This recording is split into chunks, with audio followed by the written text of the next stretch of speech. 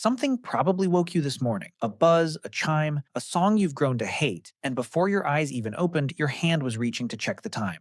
That reflex feels ancient. It isn't. For 300,000 years, nobody woke up like that. No alarm, no schedule, no place they had to be by 9. Here's a number. Over your lifetime, you'll spend around 90,000 hours working. For almost every human who ever lived, that number was close to zero because jobs didn't exist at all. So if nobody had a job, what did people do with their time? Let's start with the number that broke everyone's assumptions. In the 1960s, an anthropologist named Richard Lee went to live with the Jew/Huansi people of the Kalahari Desert. He wasn't there to romanticize them. He was there to measure. He weighed their food. He timed their days. He wrote down who did what and for how long. And when he added it all up, the result was so strange that it changed how we think about the entire human past. The adults spent about 17 hours a week getting food. 17.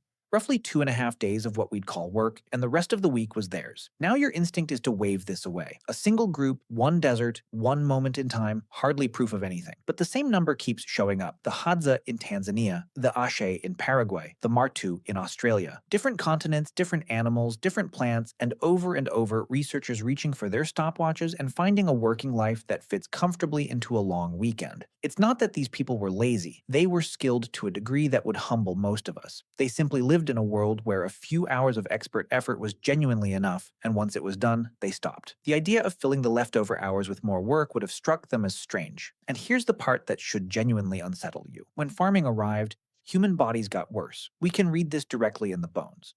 Skeletons from early farming villages are noticeably shorter than the hunter-gatherers who came right before them. More cavities in the teeth, more signs of disease and hunger written into the enamel, more of the grinding, repetitive wear that comes from doing the same hard task 10,000 times over. Read that again because it runs against everything you were taught about progress. The people with less food security were the healthier ones. The switch to a reliable food supply made human beings smaller and sicker for thousands of years. Whatever work was about to become, it was not yet the center of a human life, and the bodies of the people who avoided it were thriving. So what did people do with all that time? Here's where you probably picture the answer. Survival. A brutal, desperate scramble from one meal to the next, every waking hour bent toward not dying. It's the image we've all absorbed. Nasty, brutish, and short. It's wrong, and we can prove it because of a cave in South Africa called Blombos. Around 100,000 years ago, someone sat inside that cave and made jewelry, tiny sea snail shells, each one carefully pierced with a hole, strung together, and worn. We know they were worn because of the way they're rubbed smooth where they touched each other. And here's the detail that stops you cold. The specific shells they used don't come from right outside the cave. Someone walked a long way, there and back, for no reason a survivalist could ever justify. Not for food, not for water, not for shelter, for beauty. 100,000 years ago, a person we would call primitive spent a day of their one short life making something pretty to hang around their neck. That is not the behavior of a species clinging to the edge of starvation. You do not decorate yourself when you are drowning. Beauty is what you make when the survival part is already handled, and there are hours left over to spend on something that matters to no one but you. That is the behavior of people with time to spare, and they had it in abundance. So let's walk through an actual day. You wake with the light, not to a sound, but to the sun and the birds and a body that has finished resting. There's no rush because there's nowhere to be, and no one is late because late hasn't been invented. Breakfast isn't a thing you grab alone standing over a sink. It's slow, it's shared, it's loud with the same handful of people you'll be near for the whole day, the same faces you've known your entire life. Nobody here is a stranger. Nobody here you'll never see again. Then, maybe someone decides to hunt. Maybe. Some days the answer is simply, no, the weather's wrong, or the mood's wrong, or yesterday's meat is still good, and no one has to explain the decision to anyone. When they do go, it can be extraordinary. Humans are built to chase an animal at a slow, patient jog under the midday heat until the animal, unable to sweat the way we can, quite literally overheats and drops. We are the marathon predators of the planet, the species that wins by refusing to stop. But that's a few people, a few times a week. It is not the shape of most days, and it is nobody's job. For everyone else, the afternoon is the thing we've almost entirely lost.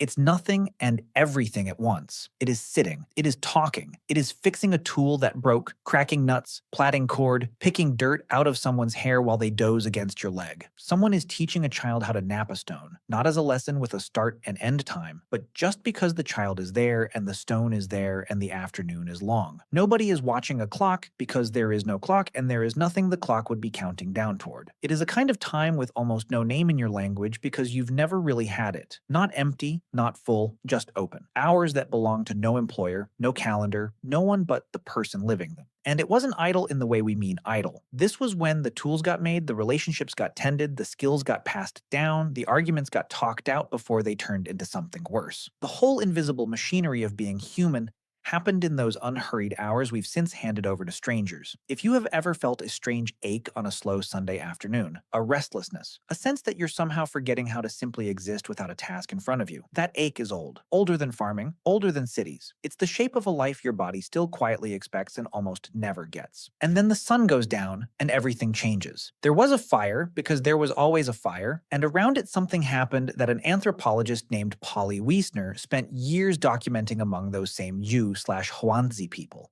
She recorded their conversations day and night, and she noticed a split. During the daylight hours, the talk was practical and often sharp. Who went where? Who took too much? Complaints, plans, the low friction of people managing a life together. But at night, around the fire, the whole character of talk transformed. Something like 8 out of 10 night conversations were stories. Not logistics, not gossip, myth, adventure, people who lived far away, the dead, the origins of the world, jokes that folded the whole camp over laughing in the dark. And this wasn't decoration on top of a real life. This was the point. The fire was where a child learned who their people were, where the map of the whole world got drawn in words, where a rule became a story you'd remember, and a story became the reason you behaved. Everything that held the group together got made at night, in the dark, out loud. That was the evening, every evening. For tens of thousands of years, the end of a human day was other people's voices carrying a story into the firelight, and everyone leaning in toward the same warm circle. Now, sit for a second with what your own evening actually looks like. The same hour arrives, the light dies, or rather you keep it artificially alive, and most nights you spend it alone in a lit rectangle, watching strangers on a screen tell stories you had no part in making, next to people you could reach out and touch but don't, in a kind of silence your ancestors would not have recognized as being alive at all. So how did we get from that fire to this alarm clock? About 10,000 years ago, in a handful of places, people started planting instead of gathering. And it worked, in the narrow sense that matters least. More calories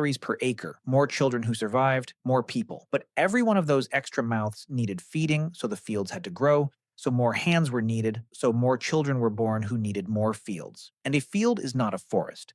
A forest gives whether or not you show up. A field has to be cleared, planted, weeded, guarded, watered, harvested, and stored, or the whole village starves. For the first time, there was a task that could not wait, that owned your morning before you were even awake. The trap wasn't that farming failed, the trap was that it succeeded, and there was no way back. You cannot uninvent a village of 500 people and send them back to the Kalahari weekend. The work grew to fill the whole day, and then it kept the whole day, and it has never given it back. So tomorrow morning, the sound will come again. The buzz. The reflex before your eyes even open. And now you know what it actually is. It isn't neutral. It isn't natural. It's the sound of a bet placed 10,000 years ago by people who couldn't have known what they were trading away. More food, more people, more hours. A door that locked behind them and swung shut on everyone who came after, including you, this morning, reaching for your phone in the dark. Our ancestors woke when the light came and their bodies were simply done resting. They didn't need a sound to tell them the day had started. You do.